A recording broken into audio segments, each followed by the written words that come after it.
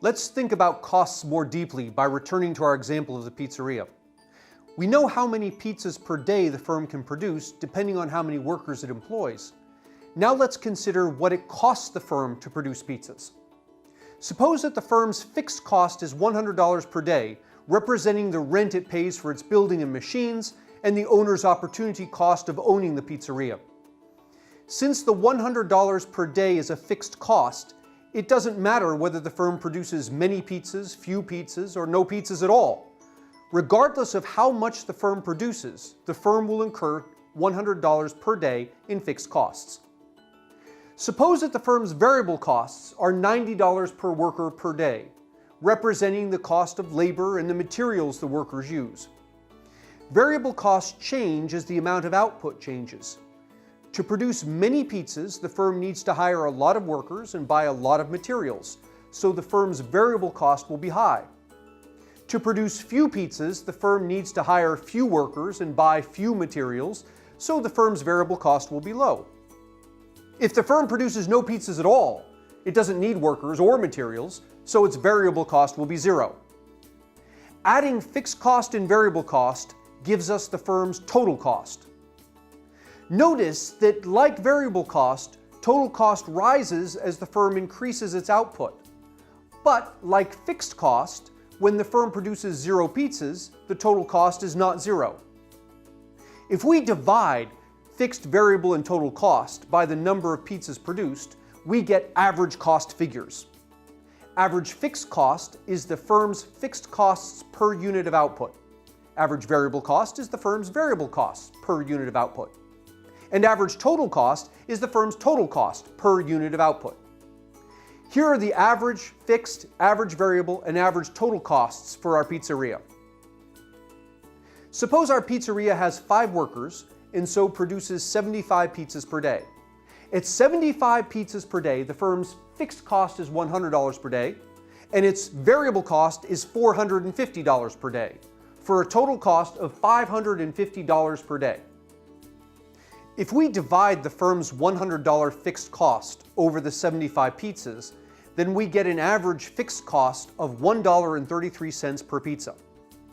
In other words, when the firm produces 75 pizzas per day, on average, each pizza costs the firm $1.33 in building and machinery rental, plus the owner's opportunity cost of owning the business. If we divide the firm's $450 daily variable cost over the 75 pizzas, we get an average variable cost of $6 per pizza. On average, each pizza costs the firm $6 in labor and materials. Finally, if we divide the firm's daily total cost of $550 by the 75 daily pizzas, we get an average total cost of $7.33 per pizza. On average, each pizza costs the firm $7.33 in labor, materials, rental for the building and machinery, and the owner's opportunity cost of owning the business. Notice what happens to the average cost measures as the pizzeria alters the number of pizzas it produces. As the number of pizzas rises, the firm's average fixed cost declines. Since fixed costs don't change as the firm alters its output, as the firm produces more and more pizza, those fixed costs get spread over a larger and larger number of units. Consequently, the average fixed cost of the units declines. But look at what happens to average variable cost as the firm alters its output. Initially, as the firm increases pizza production, the average variable cost, the cost of labor and materials per pizza, declines. Eventually, the average variable cost reaches a minimum, and then, as the firm continues to increase pizza production, average variable cost starts to rise. Why does average variable cost behave this way? The answer lies in something you've already learned, the stages of production. Remember that when a firm has few workers, adding an additional worker greatly increases output because the firm can specialize the workers. Because of specialization, each additional worker adds more to the firm's output than did the previous worker. But since each worker costs the same, this means that the firm's output is rising at a faster and faster pace, but its variable costs are rising at a constant pace. Since average variable cost is variable cost divided by output, this means that average variable cost is falling. Eventually, the firm hires enough workers that the workers begin to get in each other's way and to require more managerial infrastructure. This is congestion. Once the firm has hired enough workers to experience congestion, each additional worker the firm hires will contribute less output than the previous worker the firm hired.